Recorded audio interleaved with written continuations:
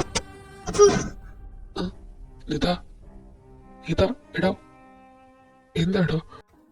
എടാ അപ്പു, എന്റെ മോനെന്തോ പറ്റിയിട്ടുണ്ട്.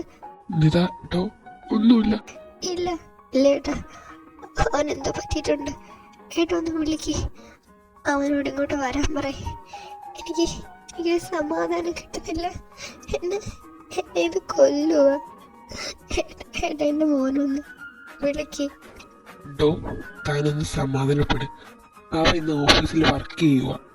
ഓക്കെ, ഇന്ന് അവൻ നൈറ്റാണ് നിന്നോട് പറഞ്ഞിട്ടല്ലേ പോയത്. നീ ഓരോന്ന് ആലോചിച്ചിങ്ങനെ ടെൻഷൻ ആകാതെ നീ കിടക്കാൻ നോക്ക്. ഇതൊക്കെ കഴിഞ്ഞ കാര്യമല്ലേ. ഇനി അതിന് അവനെന്ന് എനിക്ക് വഴക്കമാകാതെ കിടക്കാൻ നോക്ക്. ഏട്ടാ എന്റെ കുഞ്ഞു പറഞ്ഞു വിളിക്കണേ. വിളിക്കും. താൻ കിടന്നു.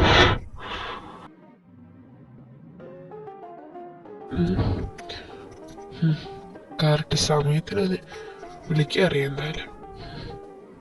ഹലോ, നീ കറക്റ്റ് സമയം നോക്കി വെച്ചിട്ടുണ്ടല്ലേ? നോക്കി വെക്കാതെ എന്താ അമ്മ വീണ്ടും എണീറ്റോ? ഇതാദ്യത്തെ കാര്യമൊന്നുമല്ലല്ലോ മോനെ, ഇത് ഡെയിലി ഉള്ളതല്ലേ. അതൊരിക്കും മാറിയിട്ടില്ല. നിന്നെ കടന്ന് വാശിയ. ഞാനെന്തായാലും രാവിലെ ഉണ്ടാവുമ്പോ എനിക്ക് കുറച്ചുകൂടെ വർക്ക് തീർക്കാനുണ്ട്. അപ്പൊ എന്തായാലും ഉമ്മയുടെ കൂടെ ഇരിക്കാൻ നോക്ക്. നീ വർക്ക് കഴിഞ്ഞിട്ട് നാളെ നേരത്തെ ഇങ്ങോട്ട് വരാൻ നോക്ക്. നിന്റെ അമ്മേനെ എന്ത് പറഞ്ഞാലും എനിക്ക് പിടിച്ചെടുക്കാൻ പറ്റത്തില്ല. ശരി അപ്പ.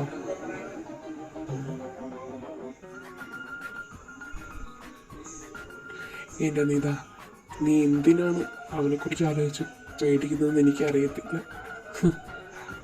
അവനെ തൊടാൻ മാത്രം ധൈര്യമുള്ള ആള് എനിക്കറിയില്ല.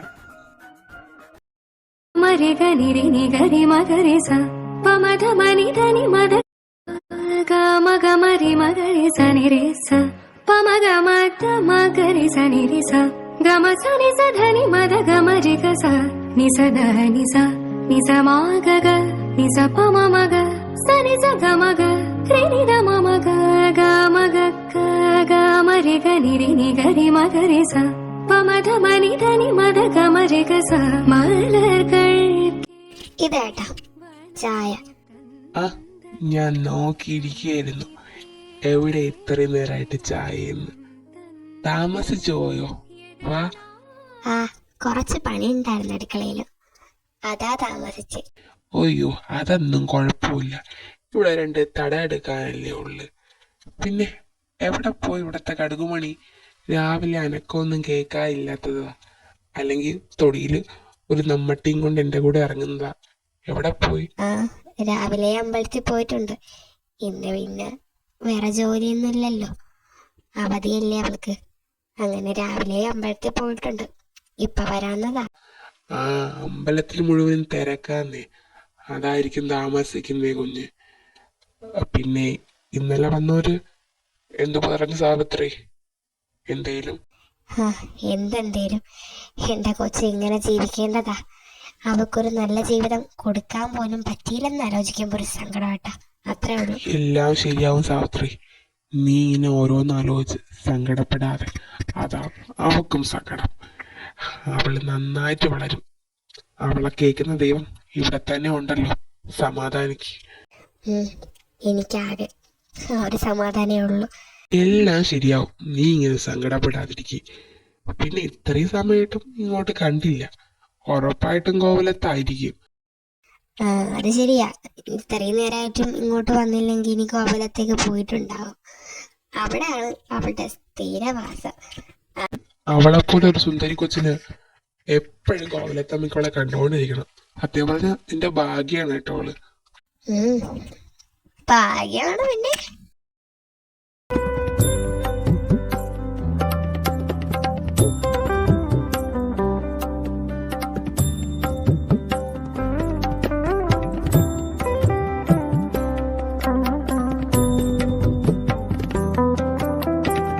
ശ്രീദേവി അവിട്ടം അരികിലുണ്ടോ? തിരുമേനി,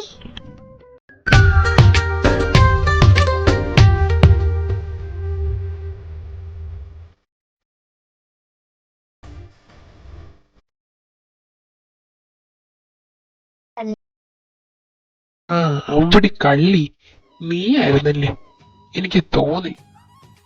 ഇതാ മോളെ അർച്ചന. അതെ അതെ, ഞാൻ തന്നെയാ. എവിടെയായിരുന്നു? ഇന്നലെ വൈകിട്ട് ഞാൻ വന്നപ്പോ തിരുവേനെ കണ്ടതേ ഇല്ലല്ലോ. ഞാൻ കരുതി പോയിട്ടുണ്ടാവുമെന്ന്. ആ ഇല്ല മോളെ, അമ്പലത്തിൽ ഉത്സവമൊക്കെ അല്ലേ, അതിന്റെ കാര്യമൊക്കെ ആയിട്ട് ഒരു ജോലി ഉണ്ടായിരുന്നു എന്റെ പാറക്കുട്ടി. ഇതാ വിളിക്കുക. ഞാൻ നാളെ പോയി പിന്നെ കാണാമേ. ഭഗവാനെ കാത്തോണേ.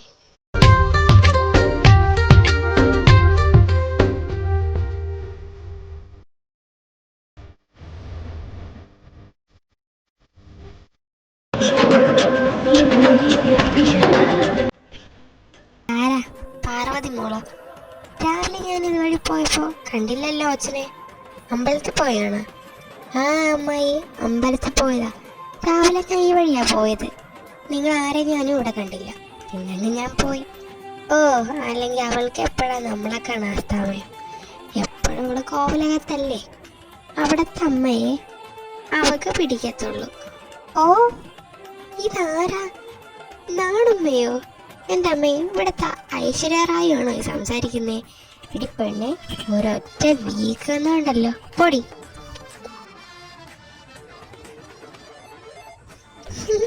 വെറുതെ രണ്ടും കൂടെ അടി ഉണ്ടാക്കാതെ. മോളെ പാറു, ഇന്നലെ വന്നവര് എന്തായി? എന്താവാനോ എൻ്റെ അമ്മായി. അവര് വന്ന് പറഞ്ഞു, എനിക്ക് പറ്റില്ലെന്ന് ഞാനും പറഞ്ഞു. അങ്ങനെ അങ്ങോട്ടും ഇങ്ങോട്ടും ഓരോന്നും പറഞ്ഞ് അവര് പോയി. ഇതിപ്പോ ഡെയിലി നടക്കുന്നതാണല്ലോ അല്ലേ? മോളിങ്ങനെ സങ്കടപ്പെടാതിരിക്കെ, എല്ലാം ശരിയാവും. എല്ലാം ദൈവം കാണുന്നുണ്ട് കേട്ടോ. എനിക്കൊരു സങ്കടവും ഇല്ല. സങ്കടത്തിൽ എൻ്റെ വീട്ടിലിരിക്കുന്ന ഒരാൾക്ക. ഇപ്പം ഞാൻ അങ്ങോട്ട് ചെന്നില്ലെങ്കിൽ ആ സങ്കടം കുറച്ചധികം കൂടും. അപ്പം ഞാൻ പോട്ടെ എന്നാണോ? പോടി പോ, നീ ഇങ്ങോട്ട് വരണ്ട, പോ നോക്ക്.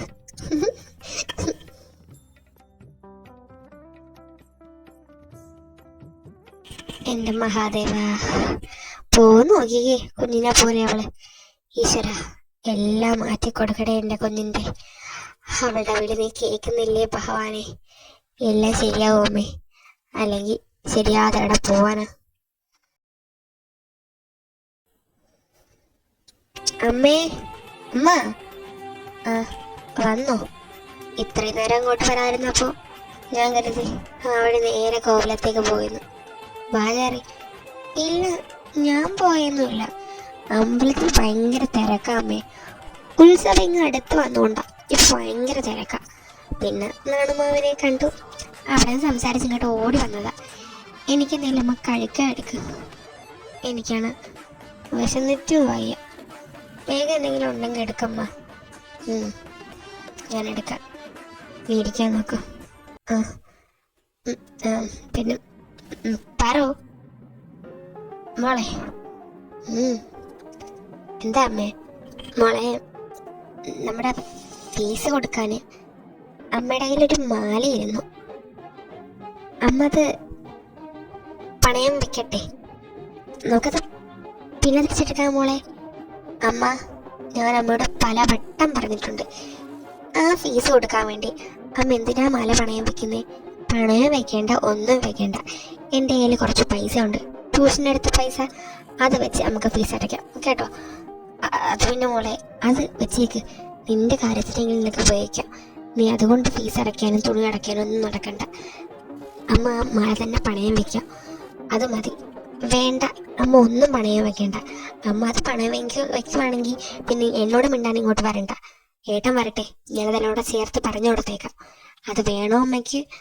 അതോ ഞാൻ പറയുന്ന പോലെ മര്യാദയ്ക്ക് കേട്ട് നിൽക്കുന്നോ സാവിത്രി കുട്ടിക്ക്? ഓഹ്, ഞാനൊന്നും പറയുന്നില്ലേ, നീ നിനക്ക് സപ്പോർട്ട് ചെയ്യാൻ ആൾക്കാരുണ്ടല്ലോ, എന്താന്ന് വെച്ചാ ചെയ്. അയ്യോ, ഞാനൊന്നും പറയാനും പറ്റില്ല, ചെയ്യാനും പറ്റുന്നില്ല. ഓഹ്, ഞാനൊന്നും പറയുന്നില്ലേ, എന്താണ് നിന്റെ ഇഷ്ടം പോലെ ചെയ്യാൻ നോക്ക്. നീ എന്തായാലും കോവിലത്തിലോട്ട് പോകുന്നില്ലേ? അല്ലെങ്കിൽ അവിടെ നിന്ന് ഇപ്പം വിളി ഇങ്ങോട്ട് വരും. എപ്പോഴും അവിടെ തന്നെയാണല്ലോ. അയ്യട മോനെ, തീരെ കുശുമില്ലല്ലേ? ഞാനിവിടെ ഒറ്റമൂലക്കായിട്ട് ഒറ്റയ്ക്കിരിക്കുന്നേം കാട്ടി അവിടെ പോയിരിക്കുന്നതല്ലേ മോളെ സാവിത്രി നല്ലത്. അതുകൊണ്ട് ഞാൻ പോവാൻ എൻ്റെ പൊന്നു മോളെ സാവിത്രി, ഇവിടെ മിണ്ടാതിരുന്നോണം കേട്ടോ. ഞാൻ എന്തായാലും പോയിട്ട് വരാം. കേട്ട കുട്ടാ? ഓ പോയിട്ട് സന്ധ്യയ്ക്ക് മുന്നേ ഇങ്ങ് വന്നാ മതി. ഇവിടുത്തെ ജോലിയൊക്കെ ചെയ്യാതിരിക്കാൻ വേണ്ടിയുള്ള കള്ള അടവാ അവക്ക്. പോവാ നോക്ക്. ശരി എന്നാ.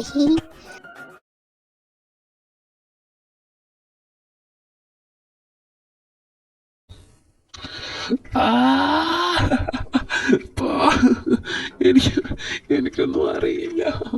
പറയാടാ നീ. നീ പറയാതെ ഇവിടെ നിന്ന് നീ പോവത്തില്ല. എല്ലാം എല്ലാം ഇവിടെ നീ പറഞ്ഞോണം. ഓരോടാ ചോർത്തി കൊടുത്തത് പറ. ഞാൻ പറയാ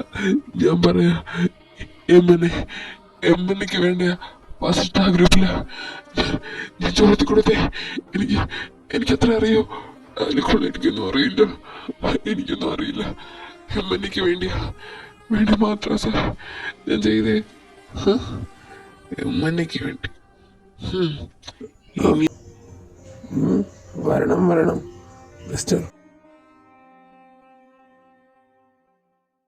എന്താടാ അവയെല്ലാം തത്ത പറയും പോലെ പറഞ്ഞോ? അതോ നിനക്ക് ഇനിയും പണിഷ്മെന്റ് തരണോ? എടാ അവൻ എന്തായാലും തീർന്ന്. അവനെ കൊണ്ട് ഉപയോഗമില്ല. ഗ്രൂപ്പിന് വേണ്ടിയാണ് അവൻ ഒറ്റിയത്. അതവൻ പറഞ്ഞിട്ടുമുണ്ട്. ഇതിനെ കുറിച്ച് ഓർക്കണ്ട. അവനൊന്നും ഇങ്ങോട്ട് വന്നോട്ടെ. ബാക്കി അപ്പ തീരുമാനിക്കാം. അവൻ ഇതൊരിക്കും വന്നില്ലേ? കറക്റ്റ് സമയത്ത് വരേണ്ട ആള് എവിടെ പോയി?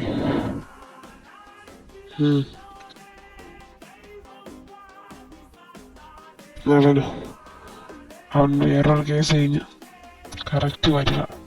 അങ്ങോട്ട് നോക്ക്.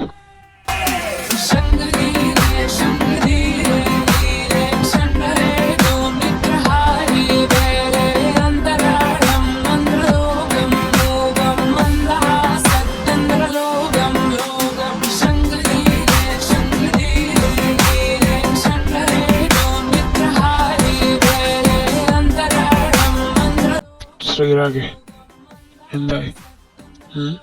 വന്നോ? കുറച്ചൊക്കെ മാസിലൊക്കെ വിട്ട് നിൽക്കാളിയാ. ഇത്രയും ഇതൊന്നും വേണ്ട.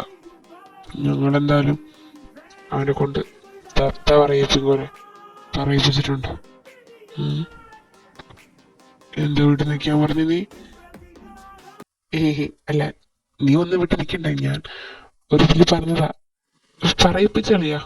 അവനെ കൊണ്ട് എല്ലാം പറയിപ്പിച്ച്. എന്നാ നിനക്ക് കൊള്ളാം. പിന്നെ എല്ലാ ഡീറ്റെയിൽസും അവനെ കൊണ്ട് എഴുതിപ്പിച്ചോണം. ഫസ്റ്റ് ഗ്രൂപ്പിൽ കയറി കളിക്കാൻ ഇനി ഒരുത്തനും മോതിരരുത്. കേട്ടോ അലക്സേ? നീ പേടിക്കണ്ടളിയാ. അത് ഡീലാണ്. ഞാനെന്തായാലും അവന്റെ ഏമാനം ഒന്ന് കണ്ടിട്ട് വരട്ടെ. ഇനി ഇതിന്റെ പിറകെ നടക്കാനൊന്നും എനിക്ക് സമയമില്ല. ലാസ്റ്റ് ആൻഡ് ഫൈനലാണ്. ഇനി ഏവനും ഒരുത്തനും ഫസ്റ്റ് കയറി കളിക്കാൻ മോതിരെടുത്ത്. കേട്ടല്ലോ? അതൊന്നും വെച്ച് നീ ടെൻഷൻ ആവണില്ല. നീ എന്തായാലും പോവാൻ നോക്ക്. അതെ, നീ ഇതെല്ലാം നോക്ക്. ഇത് 20ാമത്തെ ഗോളാ എനിക്ക് ആന്റിയുടെ അവിടെ നിന്ന് വരുന്നത്. പൊന്നുമോൻ എവിടെയെന്ന് എന്റെ പൊന്നപ്പുമോൻ. ചെല്ലാൻ നോക്ക് അങ്ങോട്ട്. നിന്നെ വിളിച്ച അമ്മ. ഈ മമ്മീനെ കൊണ്ട് ഞാൻ എന്തായാലും പോവാ. ശ്രീരാഗേ, ഇത് കഴിഞ്ഞിട്ട് വീട്ടിലേക്ക് വന്നോണം. കുറച്ച് സംസാരിക്കാറുണ്ട്. കേട്ടല്ലോ? ഓക്കെ. എവിടെയാ? പിന്നെ പടിയുടെ കാര്യം.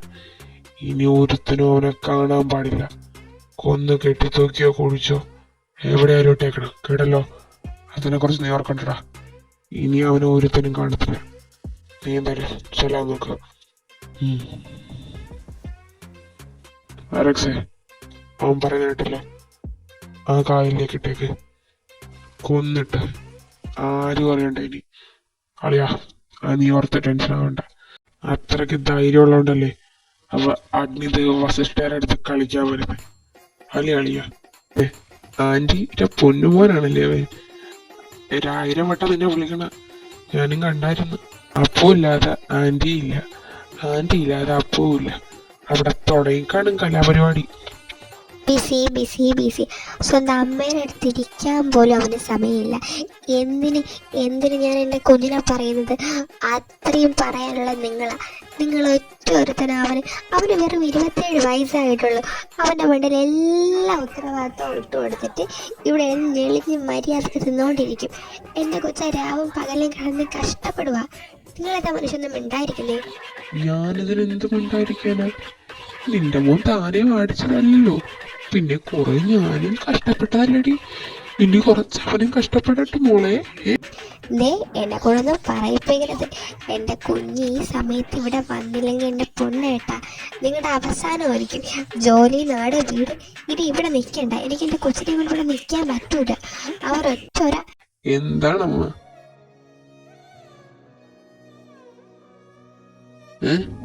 കഴിഞ്ഞില്ലേ കഥാപ്രസംഗം? ഞാൻ എന്തായാലും വന്നിട്ടുണ്ട്. അപ്പു മോനെ, അപ്പു നീ എന്താണ് വിളിച്ചിട്ടെടുക്കാണ്ടേ? നീ എന്തിനാ അപ്പു അമ്മേനെ ഇങ്ങനെ ടെൻഷൻ ആക്കുന്നത്? അമ്മ ഓക്കെ. നിങ്ങളിങ്ങനെ ഓരോന്നാലോചിച്ചു ടെൻഷൻ ആവാതെ. എൻ്റെ അമ്മ കുറച്ചധികം ജോലിയല്ലല്ലോ കമ്പനിയിൽ. സോ ഒത്തിരി ജോലിയുണ്ട്. അതൊക്കെ ചെയ്യാൻ അമ്മയുടെ ഒറ്റ മോനല്ലേ ഉള്ളൂ. അതുകൊണ്ടാ. ഒറ്റയ്ക്ക് ചെയ്യാൻ ഞാൻ പറഞ്ഞില്ലല്ലോ നിന്നോട്. എത്ര നാളുകൊണ്ടേ ഞാൻ പറയണ കൂടിനൊരാളെ കൂടെ വെക്കാന്ന്. ഇവിടത്തേക്കൂടെ.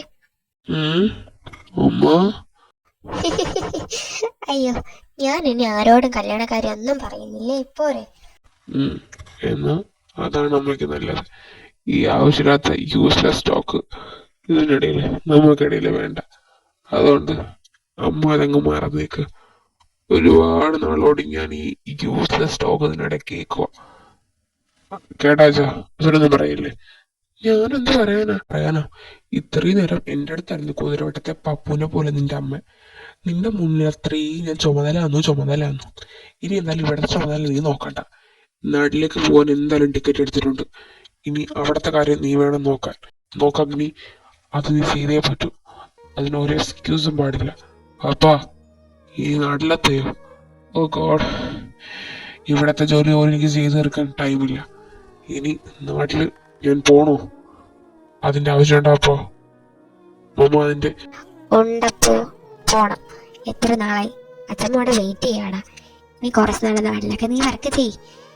ഇരട്ട തവണത്തേക്ക് മോനെ. ശരി. ഇനി എൻ്റെ പാപ്പയും മമ്മിയും പറഞ്ഞിട്ട് കേട്ടില്ലെന്ന് വേണ്ട. നാട്ടിലെങ്കിൽ നാട്ടിലത്തെ ബിസിനസ് ഞാൻ നോക്കാം. പക്ഷെ ഇവിടത്തെ പപ്പ അതിനെ നോക്കണം. എല്ലാം ഒന്നും നോക്കാൻ എന്നെ കൊണ്ട് പറ്റത്തില്ല. കേട്ടോ? ഞാനെന്തായിരുന്നു ഫ്രഷ് ആവട്ടെ. ഇവിടെ നിന്റെ പപ്പയെ കൊണ്ട് ഞാൻ നോക്കിപ്പിച്ചോളാം. ശരി, എന്തായാലും പോയി ഫ്രഷ് ആയിട്ട് വാ എൻ്റെ മോൻ. അമ്മ കഴിക്കാൻ എന്തെങ്കിലും എടുക്കാം. പിന്നെ അപ്പോ ചൂടുവെള്ളത്തിലേ കുളിക്കാവും, തണുത്ത വെള്ളത്തിൽ കുളിക്കരുത്. എൻ്റെ അമ്മ ഓക്കെ.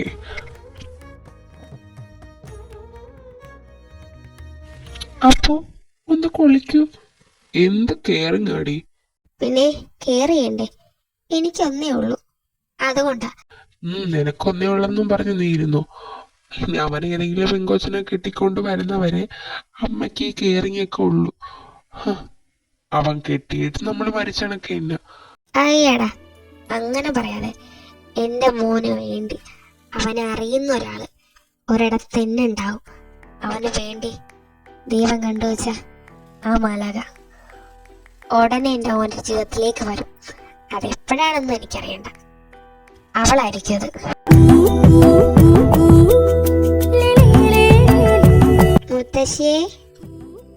മുത്തശ്ശി, ആഹാ, ഇതാർ?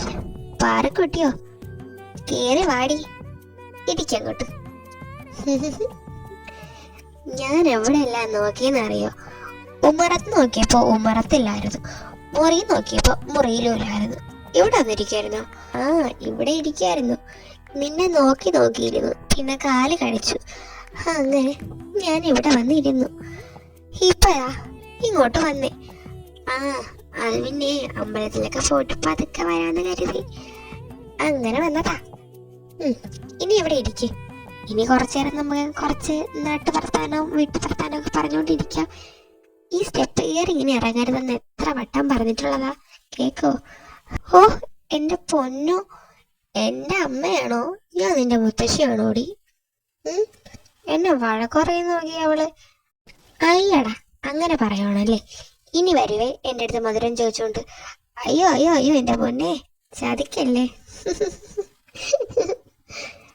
പാറു, ഇന്നലെ വന്ന കൂട്ടരെന്തു പറഞ്ഞു മോളെ?